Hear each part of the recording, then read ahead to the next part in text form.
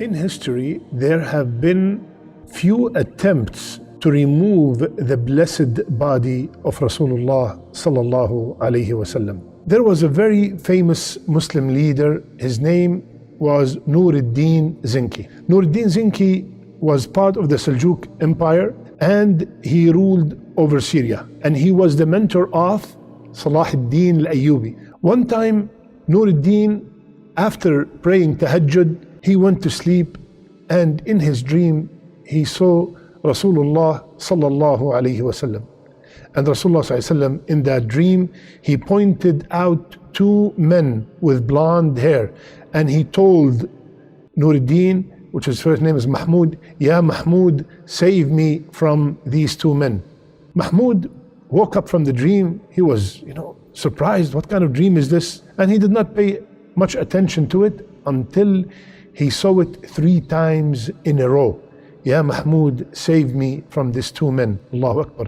Jamaluddin al-Mawsili advised him to not to tell anyone and to immediately go to Medina. It said it took 16 days to arrive, and when he arrived there, the governor of Medina was surprised because he was not notified that he was coming. He inquired about the trip. Nur-ad-Din informed him why did he make this trip in the middle of the night and without any prior notice. So the governor asked the Sultan if he can recognize the two men he saw in the dream. He confirmed, yes, I can.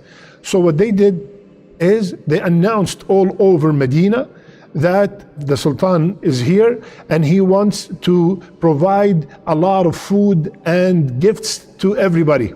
So when this news spread in Medina, everybody started coming, and the whole idea was to see and find out if these two men were among the people coming and taking the gifts. So a lot of people came and they all get gifts and food, and they were not able to identify those two men. They were not among them.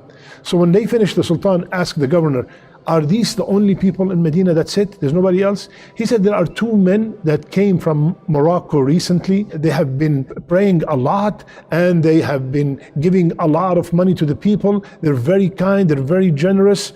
So he said, can we see them? When they walked in, immediately the Sultan, Nur-ad-Din Zinki, recognized that these are the same two men he saw in his dream. So after questioning them, the Sultan, seeing them in the dream, he knew that they are not telling the truth.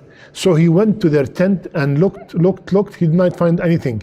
And then he saw carpet, he took it out, and under it there was a lot of money. And after intensive search, they found that they dug a tunnel, and the tunnel is almost by the chamber. Allahu Akbar.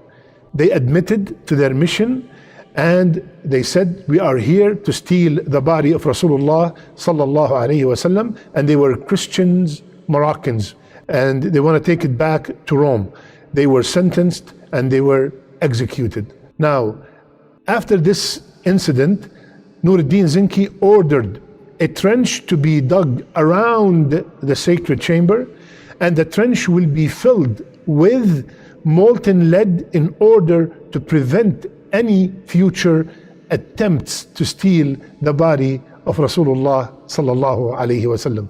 Allahu Akbar. There is a couple of lessons. Number one, Allah subhanahu wa ta'ala, He said in Surah Al-Ma'idah, Wallahu ya'asimuka minan nas. Ya Muhammad sallallahu alayhi wa sallam, Allah defend you, Allah protect you from nas, from mankind. And He told us in many places in the Quran that whomsoever harm Rasulullah sallallahu alayhi wa sallam will be harmed in the dunya and in the akhirah. How the leaders of the past, when they heard that there is something harmful to Rasulullah sallallahu alayhi wa sallam, immediately themselves did something